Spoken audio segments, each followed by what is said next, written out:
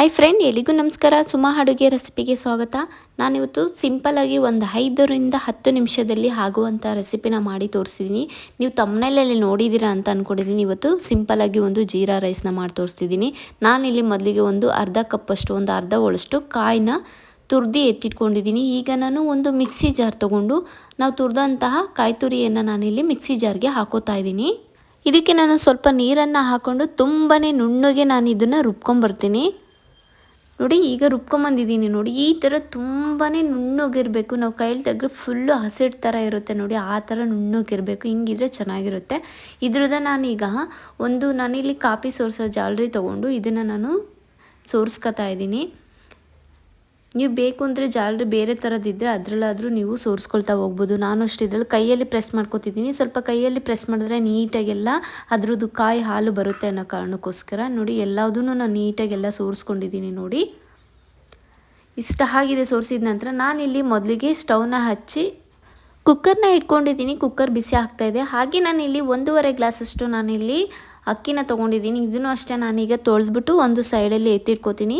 ನೋಡಿ, ಈಗ ಕುಕ್ಕರ್ ಬಿಸಿ ಆಗಿದೆ. ಬಿಸಿ ಆಗಿದ ನಂತರ ನಾನು ಇದಕ್ಕೆ 2 ಟೇಬಲ್ ಸ್ಪೂನಷ್ಟು ನಾನಿಲ್ಲಿ ತುಪ್ಪವನ್ನು ಹಾಕೋತಾ ಇದ್ದೀನಿ.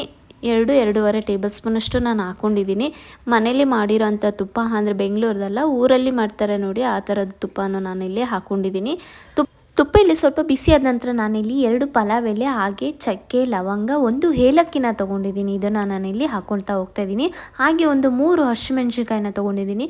ನೀವು ಹಸಿಮೆಣ್ಸಿನ್ಕಾಯಿನ ಯೂಸ್ ಮಾಡಲ್ಲ ಅಂದರೆ ಒಣಮೆಣ್ಸಿನ್ಕಾಯಿ ಆದ್ರೂ ನೀವು ಯೂಸ್ ಮಾಡ್ಬೋದು. ಅದು ಸ್ವಲ್ಪ ಚಿಟಪಟ ಅಂತಿದೆ ನೋಡಿ. ಅದಕ್ಕೆ ನಾನಿಲ್ಲಿ 2.5 ಟೇಬಲ್ ಸ್ಪೂನಷ್ಟು ನಾನಿಲ್ಲಿ ಜೀರಿಗೆನ ಹಾಕೋತಾ ಇದ್ದೀನಿ.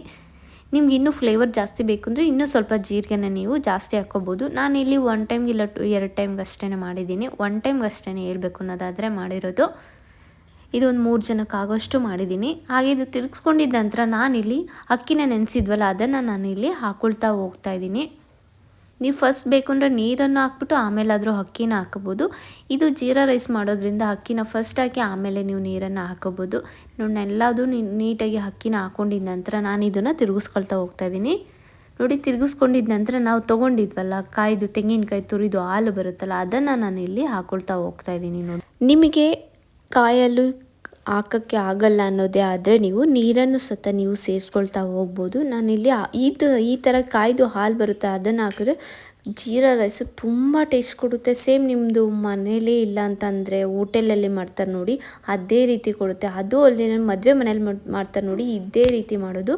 ಆ ಥರ ಒಳ್ಳೆ ಟೇಸ್ಟ್ ಕೊಡುತ್ತೆ. ನೋಡಿ, ಹಾಕ್ಕೊಂಡಿದ್ದ ನಂತರ ನಾನು ಇದನ್ನು ಸ್ವಲ್ಪ ಮಿಕ್ಸ್ ಮಾಡ್ಕೊಳ್ತಾ ಇದ್ದೀನಿ. ನೋಡಿ, ಮಿಕ್ಸ್ ಮಾಡ್ಕೊಂಡಿದ್ದ ನಂತರ ಇದಕ್ಕೆ ನಾನು ಸ್ವಲ್ಪ ರುಚಿಗೆ ತಕ್ಕಷ್ಟು ಉಪ್ಪನ್ನು ನಾನಿಲ್ಲಿ ಸೇರಿಸ್ತಾ ಹೋಗ್ತಾಯಿದ್ದೀನಿ. ನೋಡಿಕೊಂಡು ನೀವು ಸೇರಿಸ್ತಾ ಹೋಗಬೇಕಾಗುತ್ತೆ. ಸ್ವಲ್ಪ ಸಪ್ಪೆ ಆದರೆ ಇನ್ನೊಂದು ಸ್ವಲ್ಪ ಹಾಕ್ಕೊಳ್ಳಿ. ಹಾಕ್ಕೋಬೇಕಾದ್ರೆ ಯಾವತ್ತೂ ಅಷ್ಟೇ ಉಪ್ಪನ್ನು ಸ್ವಲ್ಪ ಕಮ್ಮಿನೇ ಹಾಕ್ಕೊಂಡಿರ್ಬೇಕಾಗುತ್ತೆ. ಆಮೇಲೆ ನಾವು ನೋಡಿಕೊಂಡು ಹಾಕ್ಕೋಬೋದು ಅಂತ. ನೋಡಿ, ನಾನು ನೀಟಾಗಿ ಎಲ್ಲದನ್ನು ತಿರುಗಿಸ್ಕೊಂಡಿದ್ದೀನಿ. ಈಗ ನಾನು ಕೊನೆಯದಾಗಿ ಸ್ವಲ್ಪ ಕೊತ್ತಂಬರಿ ಸೊಪ್ಪನ್ನು ಹಾಕ್ಕೋತಾ ಇದ್ದೀನಿ.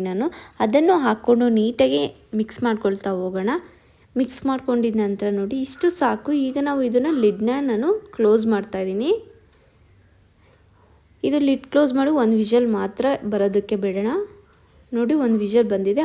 ಈಗ ಆರಿದ ನಂತರ ನಿಮಗೆ ನಾನು ತೋರಿಸ್ತಿದ್ದೀನಿ. ನೋಡಿ, ಈಗ ವಿಷಲ್ ಹೋಗಿದೆ, ತಣ್ಣಗಾಗಿದೆ ಸ್ವಲ್ಪ. ಈಗ ನಾನು ಇದನ್ನು ಓಪನ್ ಮಾಡಿ ತೋರಿಸ್ತಾ ಇದ್ದೀನಿ ಕುಕ್ಕರ್ ಲಿಡ್ನ. ನೋಡಿ, ಎಷ್ಟು ಚೆನ್ನಾಗಿ ಬಂದಿದೆ ಅಂತ. ತುಂಬಾ ಉದುದ್ರಾಗಿ ಬಂದಿತ್ತು. ನಾನು ಸ್ವಲ್ಪ ಜೀರಿಗೆನ ಜಾಸ್ತಿ ಹಾಕೋದ್ರಿಂದ ತುಂಬ ಚೆನ್ನಾಗಿ, ಜೀರಾ ರೈಸ್ ಅಂದ್ರೆ ಜೀರಿಗೆ ಜಾಸ್ತಿ ಹಾಕಿದ್ರೇ ಒಳ್ಳೆ ಟೇಸ್ಟ್ ಕೊಡೋದು. ನೋಡಿ, ಎಷ್ಟು ಚೆನ್ನಾಗಿ ಉದ್ದುದ್ರಾಗಿ ಬಂತು. ಹಾಗೆ ಮಾತ್ರ ತುಂಬ ಟೇಸ್ಟು ಮಾತ್ರ ಸೂಪರಾಗಿ ಬಂತು ಮಾತ್ರ ಫ್ರೆಂಡ್ಸ್. ಹಾಗೆ ಈಗ ನಾನು ಕೊನೆಯದಾಗಿ ಒಂದು ಬೌಲ್ಗೂ ಸಹ ನಾನು ಸರ್ವ್ ಮಾಡ್ಕೋತಾ ಇದ್ದೀನಿ. ನೋಡಿ, ಎಷ್ಟು ಚೆನ್ನಾಗಿ ಬಂತು ಅಂದರೆ ಸೇಮ್ ಮದುವೆ ಮನೇಲಿ ತಿಂತ ನೋಡಿ ಅದೇ ಅರೋಮಾ ಬಂದಿತ್ತು ಮಾತ್ರ.